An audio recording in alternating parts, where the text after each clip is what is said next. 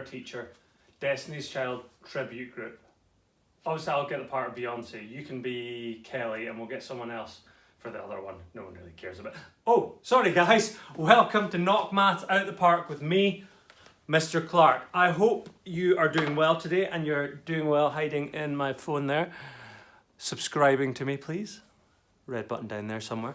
Okay, today we are moving on to 2-digit times 2-digit multiplication. Quite complicated. Now hopefully you've seen my videos on times tables, and you've watched my 2D times 1D, by D I mean digit, 2-digit times 1-digit video. You've seen my 3-digit times 1-digit, and now we are moving on to 2-digit times 2-digit. This is getting into the trickier stuff.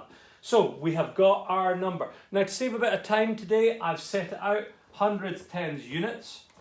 I've put the 40 in the tens, the 3 in the units, and then I put my 75, 7 in the tens and the units. I've drawn my first line. Now, this is where this problem changes a little bit, because now we're going to need 2 lines, because we're doing 2 questions in one here. So what we do is we've got our first line drawn, we then miss a line, and we draw our second line going all the way across. So keeping it nice, fresh and clean as much as you can. I really need to work out a better way of doing this. Oh, that wasn't fresh and clean. That was pretty rubbish. If you've got any good ideas of how I can draw lines better on a whiteboard, send them in. Okay, right, so let's deal with this problem. First of all, we always deal with our units, okay? So we're going to deal with our 5 times 3 and then our 5 times 4 tens. So we're going to do that first. We're going to ignore the 7 completely. So our first line is to do with multiplying our units. So 5 times 3 is 15. I put the 5 in there, and I carry my 10 underneath the line. Some people will suggest that you put it up here. That's fine, there's nothing wrong with that, as long as you remember where you put that number. I like putting it here and doing it quite small. You may not be able to see it, just there and no more. And I like putting it there because it's similar to my 2-digit times 1-digit and 3-digit times 1-digit. It goes under the where my sum is. Okay, now I'm coming on to 5 times 4 tens.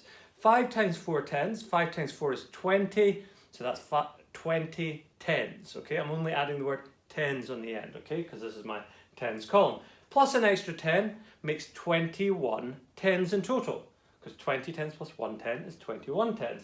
So I put my 1 in here, I carry my 2 into my what will be my hundreds column, and I've got no more sums now. I've done 5 times 3, 5 times 4 tens, there's no 5, there's no hundreds there, so I'm going to simply put that 2 there. Now, I'm now going to move on to my multiplying my tens. Now, when you multiply by a 10, the numbers automatically move to the left one place. So they jump this way.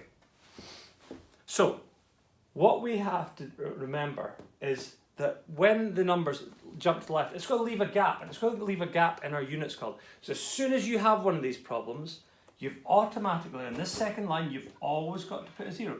Because when you multiply a number by a 10, it's always, just about always, other than when we get to decimals, it's going to have a 0 on the end of it. So, now we're going to move on. So we've done our 5 times 3, 5 times 4. Now we're going to do our 7 tens times 3 units. 7 tens times 3 units. So 3 times 7, or 7 times 3, is 21. But that's 21 tens, okay? So what I'm going to do is I'm going to put the 1 here, and I'm going to carry the 2 into my hundreds column. So you can see there's the 21 tens, which is also known as 210. Now I come on to this one, 70 times 40. Now I'm just going to treat this as 7 times 4 or 4 times 7. It doesn't matter which way I do it. 4 times 7 is 28, okay? 4 times 7 is 28.